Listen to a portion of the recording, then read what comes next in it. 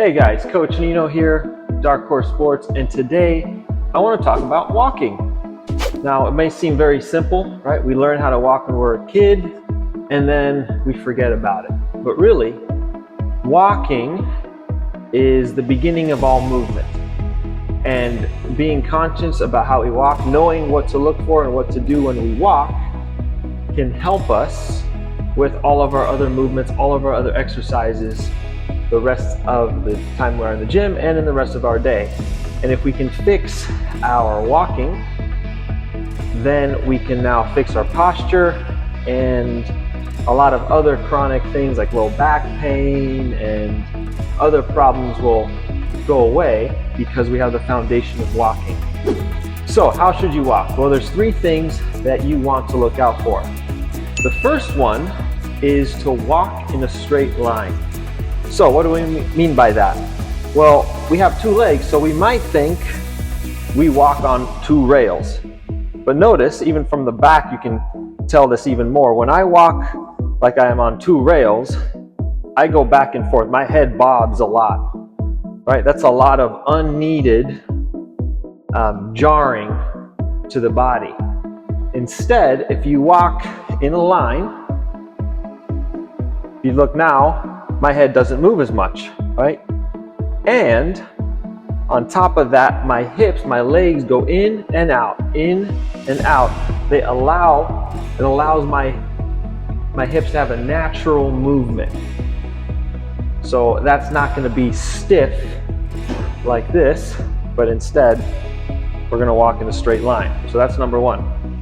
Number two is how we hit the ground, how we strike. So we don't want to hit with our heels. That's going to turn into shin splints, and that's not the way we're made to walk.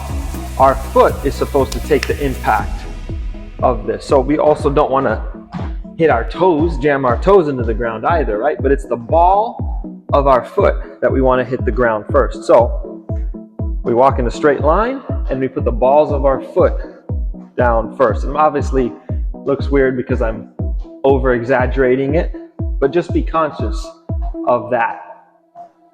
Number three is our breathing. So our breathing, we don't want it to come from the lungs.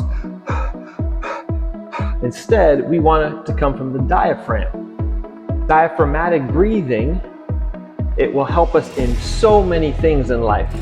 We're able to be more calm, not as agitated.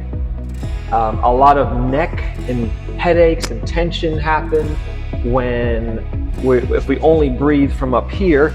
All these muscles get tight. We kind of get like this. But if we're able to breathe from our bellies,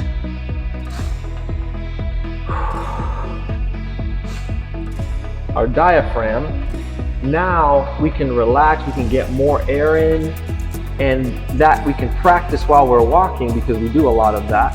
And that will help us to breathe that way in general all the time.